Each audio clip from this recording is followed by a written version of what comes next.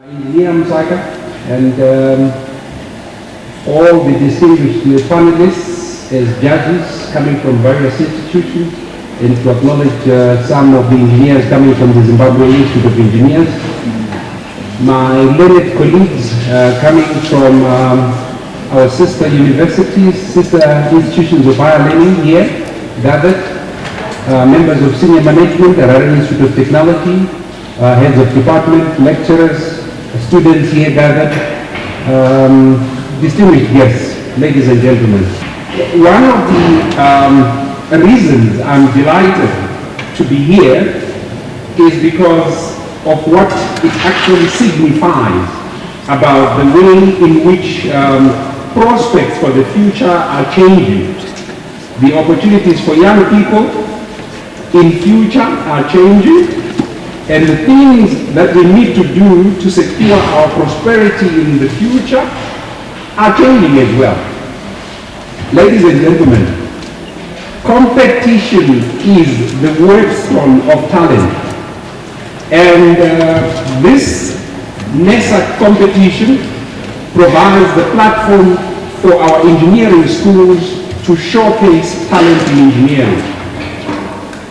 The days when young people learned a profession and then stayed in that profession from the time they left school to the time they retired without any fresh learning, fresh innovation, or changes have long since gone. That may have been the way of life for generations in the past, but it certainly isn't for generations today. And it is going to be less so for the generations in the future. Ladies and gentlemen, the pace of innovation, of technology, the engineering changes that are being brought about are meaning that we are living in a world that is moving more rapidly than anything we have ever known before. And that places a special premium on the skills of those who can make things happen, those who can apply scientific knowledge, and those who can make sure that scientific knowledge uses nature's resources to benefit mankind. And that, in a wider application, is what engineering is about.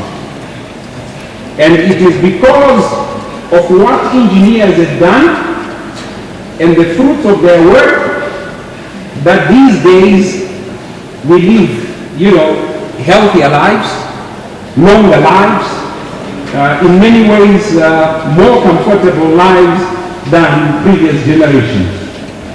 Ladies and gentlemen, maybe politicians occasionally take the credit, right? They take the credit for it, but the reality is that it is the innovation and brilliance of men and women who have been engineers who have actually brought about so many of those changes. And I believe that there cannot be a shred of doubt that good quality engineers are vital, not only to our personal living standards, but to our national prosperity. Ladies and gentlemen, we live also in a time when television and radio have widened our knowledge and horizons, when labor-saving devices have freed us, especially women from the previous generations who faced the endless drudge of households called chores.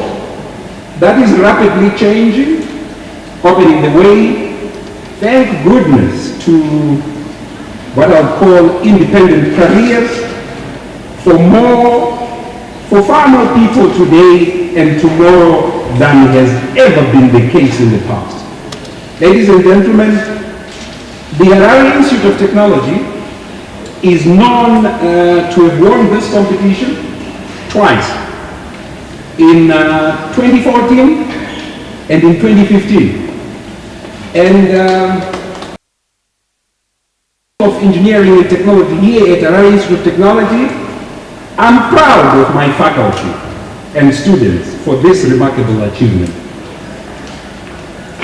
For my faculty, we have competition every day because we've set such high standards for ourselves that we have to go out every day and live up to that. In fact, focus on competition has always been a formula of mediocrity. For us, you know, when I look at Harare Institute of Technology, winning, whether good or bad, becomes an issue of whether we would rather lose it all before we lose it all. Now, higher education, of course, finds itself in a position where it can do a great deal, but it cannot do it all. We can provide the foundation in higher education, but thereafter it is for employers to market engineering, to show attractions and opportunities of engineering, so that young people have a clear understanding of what engineers do and what a remarkably attractive career it can be for them. Ladies and gentlemen, let me remind you that the Harare Institute of Technology, established in 2005, as an established School of Engineering and Technology, which I had, and it currently offers 4 undergraduate BTech honors programs in engineering. We have the BTech in Industrial and Manufacturing Engineering, Electronics Engineering, Chemical and Process Systems Engineering, and Materials Technology and Engineering. Just to say that the curriculum actually includes all mandatory mathematics, your design and analytical modules. These are coupled with practical project courses in your level 2, 3, and 4. And we also have the mandatory 30 weeks industrial attachment. We call it the internship program. Let me add that the curriculum that we have established was actually benchmarked with current programs being run in world-renowned universities in the United States, in Asia, and in Europe. And when I talk about accreditation, it was facilitated by ZIMCHE, and we also have the ZIE coming in, cognizant of international aspects of requirements set by the Accreditation Board for Engineering and Technology, what you call ABET, and other, obviously, international engineering associations that are related to the respective engineering disciplines being taught here at Harare Institute of Technology. I will not take this to be long, but let me say this, that I know from my experience in this competition, and what I hope to see at the end of this brief ceremony that we have today, that the young people in this hall have illustrated there is no shortage of talent in the engineering sector. What we must now do is maximize that talent, utilize it for them, for us, and for the wider country as well. And it is up to employers to demonstrate that engineering can offer satisfying and rewarding careers. The sponsors of today's competition, the Zimbabwe Institute of Engineers, ZIE, these guys have recognized that, and they've done something practical about it. Hence we have this forum, this ceremony today. And if I talk of the CEO of ZIE, and probably to mention here in NESAC, we have actually had some interactions and in several forums. And what I would say to you is that I have this thing that they frequently remind me of the importance of all that. So let me say to the sponsors, ZIE, how much I appreciate what they've done in the past, what they are doing, and what I probably would say I trust they will do in the future to continue to sponsor engineering and to say that their help is very much appreciated and we desperately need it. Today, ladies and gentlemen, distinguished guests, you will receive presentations from our selected HIT students' entries done by students from the electronics engineering, chemical and process systems engineering, and industrial manufacturing engineering.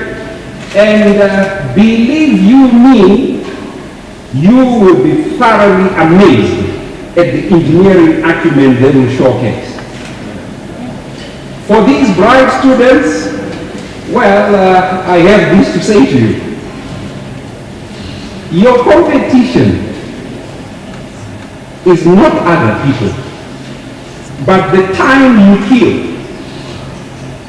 the ill, if I may say, is about, will you create, right? The knowledge you neglect to learn, the connections you fail to build, the health you sacrifice along the path, your inability to generate ideas, the people around you who don't support and love your efforts, and whatever God you test for your bad luck. I wish the students the best of luck and best wishes in the competition. I would like to single out Engineer Manucci, Dr. Manucci there, for her work and participation in ZIE that has enabled this day to be a success. And the department staff, I must say, there is Engineer Masike obviously there, students, all those who participated in the preparatory work. Ladies and gentlemen, I welcome you all and I wish you an enjoyable program and day. In conclusion, let me also applaud those employers who work with the Zimbabwe Institute of Engineers, and having engineers working alongside lecturers in universities is bound to raise the awareness in those universities of what engineers can offer students, parents, and the community at large. I thank you.